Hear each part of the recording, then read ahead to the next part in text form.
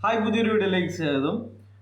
ഹൈറിച്ച് മണി chain തട്ടിപ്പുമായി ബന്ധപ്പെട്ട് കഴിഞ്ഞ ഒരു മാസത്തിനിടയിൽ ഇതുമായി ബന്ധപ്പെട്ട എല്ലാവരും തന്നെ അറിഞ്ഞ ഒരു കാര്യമാണ് ജനകീയ വേദി എന്നുള്ള ഒരു വാട്സപ്പ് കൂട്ടായ്മ. നിരവധി ആൾക്കാരാണ് ജില്ലാ തലത്തിലുള്ള വാട്സപ്പ് കൂട്ടായ്മയിൽ അംഗങ്ങളായിട്ടുള്ളത്. അവരുടെ മുഖ്യമായ ലക്ഷ്യം എന്ന് പറയുന്നത് മൈക്രോ ഫിനാൻസ് സ്ഥാപനങ്ങളിൽ നിന്ന് പണമെടുത്തവരുടെ ചൂഷണത്തെ തടയുക എന്നുള്ള ലക്ഷ്യമാണ് ഈ ജനകീയ വേദി എന്ന് പറയുന്ന വാട്സപ്പ് കൂട്ടായ്മയുടെ ലക്ഷ്യം. എന്നാൽ അവരുമായി സഹകരിച്ചിരുന്ന ചിലർ, ഹൈറിച്ചിൻ്റെ ലീഡർമാർ എന്നിവർ ചേർന്ന് പുതുതായി ജനകീയ വേദിയുടെ പേരിന് സാമ്യമുള്ള പുതിയൊരു തട്ടിപ്പ്, നമുക്ക് അങ്ങനെ തന്നെ പറയാം, ഇവരൊക്കെ ED കേസിലും മണി ചെയിനും ക്രിപ്റ്റോ അതുപോലെയുള്ള തട്ടിപ്പുകൾ മാത്രം ചെയ്ത് ശീലമുള്ള ആൾക്കാരാണ്.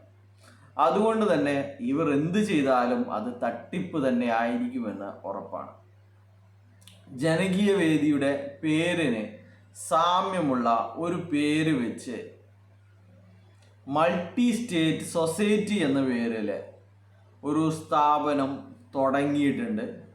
അതുകൊണ്ട് തന്നെ ഹൈറിച്ചിലും അതുപോലെ തന്നെ മറ്റ് ക്രിപ്റ്റോ തട്ടിപ്പ്, അതുപോലെ സ്വിഫ്റ്റ് ഡിഫി, ഗ്രാവിറ്റി മെറ്റ, ഇന്നൊവേഷൻ എന്നൊക്കെ പറഞ്ഞ് നിരവധി ഈ ഇൻവെസ്റ്റ്മെൻറ്റ് പ്ലാറ്റ്ഫോം ആണല്ലോ. ഇതൊക്കെ ഇൻവെസ്റ്റ്മെൻറ്റ് പ്ലാറ്റ്ഫോമാണ്. ഏതെങ്കിലും ഒരുത്തൻ ഒരു വെബ്സൈറ്റോ ആപ്പോ ഉണ്ടാക്കും, അതിനെ ഇവർ ഇങ്ങനെ പ്രൊമോട്ട് ചെയ്ത് ആൾക്കാരുടെ പണം പിടിച്ചെടുത്ത് വീതിച്ച് അർമാദിക്കും. അപ്പോൾ ഇത്തരത്തിൽ മൾട്ടി സ്റ്റേറ്റ് സൊസൈറ്റി എന്ന രൂപത്തിലാണ് ഇവരെ ഉണ്ടാക്കിയിരിക്കുന്നത്.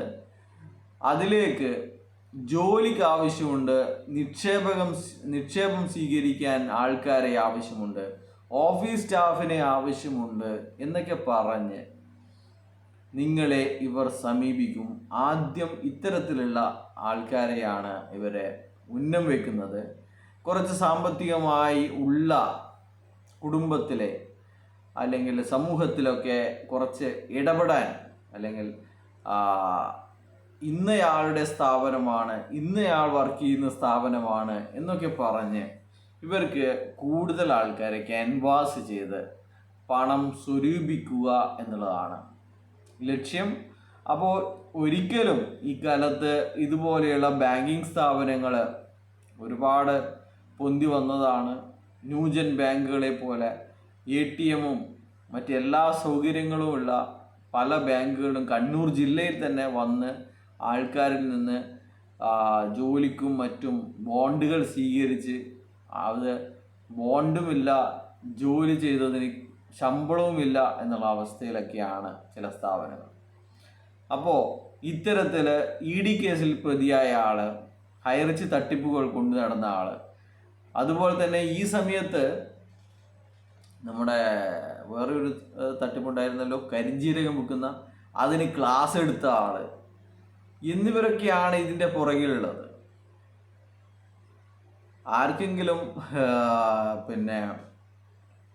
ആരെയെങ്കിലും ഇവരെ പോലെയുള്ളവർ സമീപിച്ചു കഴിഞ്ഞാൽ ഇവരെയൊക്കെ ഒരു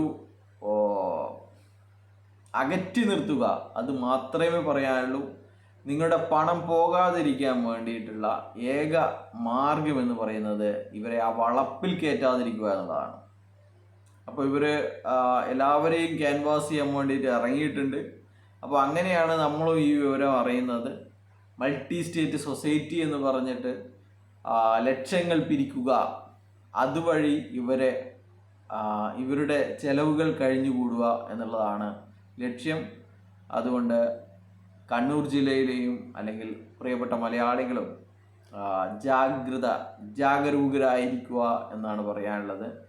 മറ്റൊരു തരത്തിലും പറ്റില്ല എന്നുള്ള കാര്യം വന്നപ്പോഴാണ് ജനകീയ വേദിയിൽ നിന്ന് മോശം സ്വഭാവത്തിന് പുറത്താക്കിയ